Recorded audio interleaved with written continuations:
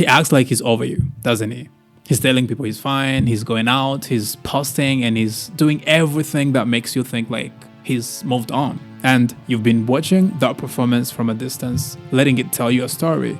The story that he's not thinking about you, that you are in pain and he is in peace. Well, I'm about to shock you because that story is a lie. In the next few minutes, I'm about to tell you 5 things that he is actually doing right now as we speak. And these are things that he is embarrassed to tell even his close friend. Do me a favor, watch this video until the end, and I promise you that I'm going to give you a gift. Something that's going to make your next 30 days much better. Now, let's get into the first thing that is happening right now as we speak that reveals that this man has not moved on. The first thing that is happening as we speak, this man is still checking your profile. Not casually, not scrolling past, with an intent. Here is how it looks like. He opens your profile, not from his feed, where it might open accidentally, but by searching your name directly or going to it from a saved conversation. He looks at your recent post, then your older ones, then your highlights. And this is exactly why he's doing that. He's trying to see if you're okay. Not because he's a good person in that moment, but because his ego needs to know whether you are falling apart without him or you are actually moving on. If you are actually moving on, he feels something he wasn't expecting to feel, which is loss. Real loss. The kind that comes from seeing concrete evidence that life is moving without him in it. And this is why your social media behavior in the post-breakup window matters more than people realize. Not really because you should perform for him, but because what you choose to show, and more importantly, what you choose to not show, sends a signal that he is reading at 2 a.m. more carefully than anything you could say directly. And that is going to take us to the second thing that this man is doing as we speak. He is replaying specific moments, not the fights, not the reasons he left, not the things that went wrong. Let me tell you the psychological reasons why this happens in men during breakups. See, during the first few weeks of the breakup, the male brain focuses heavily on the negatives, the friction, the problems, the reasons his decision made sense. And this is actually a self-protective cognitive mechanism because his brain builds an entire case for that decision to make it justified. He doesn't want to judge himself. But when the brain is tired, late at night, his defenses are down and the case starts to crack. And he finds himself remembering your laugh, a particular way you used to say his name, a morning, a trip, a conversation that mattered more than he admitted at the time. That nameless feeling is what keeps him awake. Now, since you're still watching this video, this is the time you give it a thumbs up.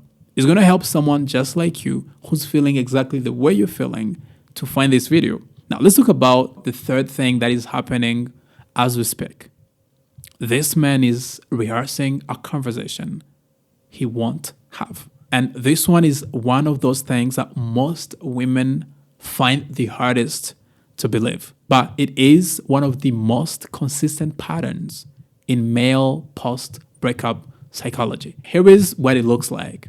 He's lying there and a specific moment playing in his mind. And his brain starts constructing a conversation. He's thinking about what you would say, what he would say, and how it would go. Sometimes it's an explanation, finally saying things he couldn't say during the relationship. Sometimes it's an apology, articulating something he knows he did wrong. And sometimes it's a conversation about trying again, walking through how that would look like. He rehearses it, he refines it, gets close to picking up his phone, and then he doesn't. Because there is fear, there is doubts that are preventing the real conversation from happening. Men are significantly more afraid of emotional vulnerability and rejection more than women typically understand. That rehearsal, it's his safest way of having that conversation well, without having it. And a man who is genuinely over you, well, he doesn't do that. He doesn't rehearse conversations with you at 2 a.m. Now, the fourth thing that this man is doing, he is monitoring your life through proxies. What are proxies? It could be mutual friends, family members, co-workers. And he's been asking questions that seem casual, but believe me, they aren't. And he's probably checking the social medias of people in your close circle, looking for posts, something you've been tagged in, or an event you are about to attend. He is paying attention to anything that your mutual friends post, specifically anything that allows him to know what's happening in your world without having to look directly. He is building a picture of your life without him in it. And that is going to produce one of the two outcomes. Either the picture shows you struggling, and it builds a complicated mixture of guilt and relief that, by the way, keeps him comfortable staying away. Or the picture shows that you are okay, genuinely okay, not performing. And that's going to shift something really big. Because if you are okay without him, that's the most destabilizing thing he can experience. Not because he wants you to suffer, but because he was expecting that you're going to need him. Now, the last thing that this man is very likely going through, he is questioning his decision. This is the one that removes all the doubts about what is actually happening in his mind. Now, when he goes to sleep, not every night, not with the same intensity every time, but consistently, in the quiet moments, when the performance is off, one big question is surfacing. Did I make the right call? And here is what feeds that question or silences it. It gets fed by your absence. Because every day you don't reach out, the question gets slightly louder. Because your silence implies something he wasn't expecting. That you might actually be okay with the decision. And the moment he suspects that you might be okay with the decision he made, something in his mind does not process that. See, his ego was prepared for your pursuit.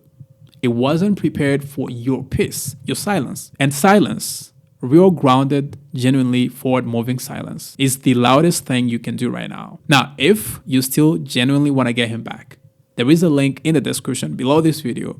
I'm going to help you do that the right way. And if you really want to know how you should be behaving at this time to maximize your chances of re-attracting him back, but also to heal, then this next video is going to help you exactly to do what you should be doing the right way. So go ahead and check this video out. It's going to help you big time. If you haven't subscribed, this is the time you do it. If you haven't liked the video, go ahead and do it. I'll see you in the next one.